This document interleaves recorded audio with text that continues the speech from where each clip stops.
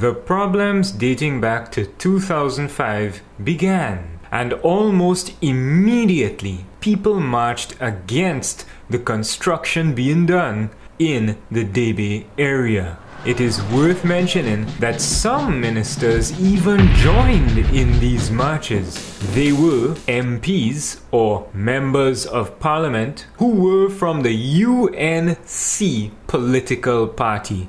That's right, the United National Congress. They promised free legal representation, but they turned their backs on the people when they got into government. We ask you, both PNM and UNC seem to not be of high character. Why vote them in once again? A minister, Rudal Munilal, supported the people in their march against that construction taking place. And then, later, he made a complete turnaround, dropping all support. Was this for personal benefit over people's benefit?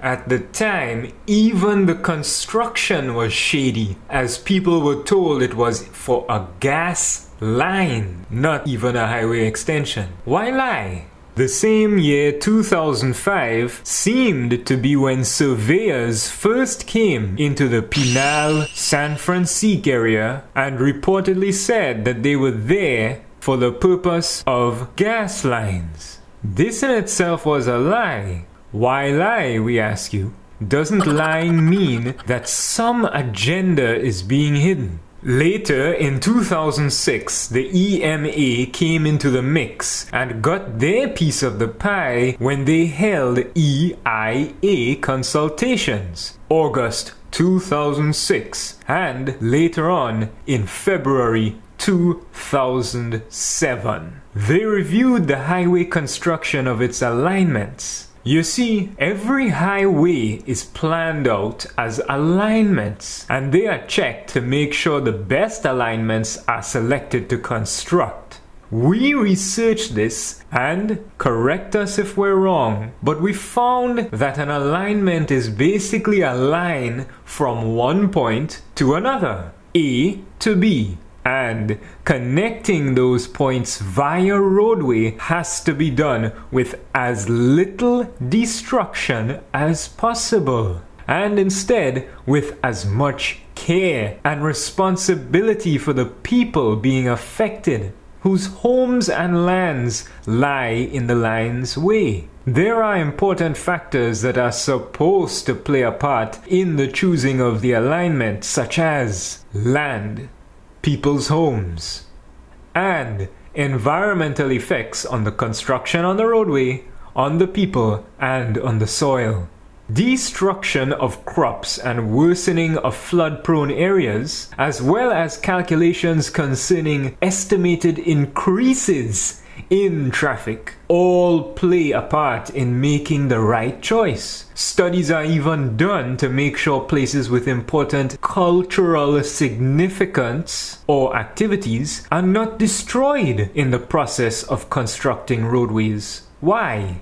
Well, probably because these things are important to the country. The EMA had an original alignment planned west of Bunsi Trace, crossing the South Oropouche wetland area and the Tennant Hills. But the people being affected by it objected. They didn't understand why so many homes had to be destroyed, and also why construction that would do so much environmental damage would be allowed in the first place. The people went so far as to suggest their own opinion of a good alignment. The EMA chose to develop two new alignments, saying they were made to reduce the number of houses to be acquired. New Alignment 1.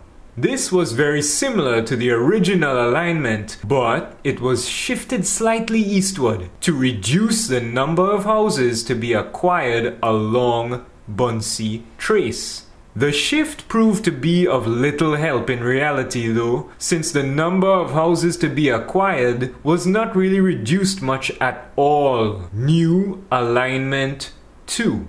This was closer to what the people of the area suggested. carrying the highway to the west, inside the Oropouche wetland area, while maintaining as little separation as possible from the gas pipeline corridor. But wait, there was a problem. Believe it or not, it had by far greater environmental concerns over the loss of wildlife habitat, pollution, and, of course, if you didn't guess it as yet, the Oropouche wetlands.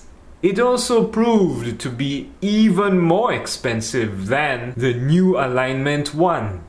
The EMA stated that no other alignments were possible unless the entire Solomon-Hochoy Highway was redone. Remember, this is the major north to south highway in the country, as we mentioned. So that is pretty much out of the question. Were the people to trust the research and engineering, the extreme planning that was done? Why not, right? After all, this was all professional work done by trained officials. What were the chances of these people being dishonest? Unfortunately, it was quite unprofessional that the entire deal was made and construction commenced before any consultation happened with the residents. That's right. No talk on relocation, no talk on compensation, nothing. And then the so-called official negotiations with the residents was hurried through during a measly week. That's right, just 1 week. We ask you, why rush through negotiations with the very people who stand to lose the most? Why start tearing up homes with bulldozers without even taking the time to talk to the homeowners about it first? Why?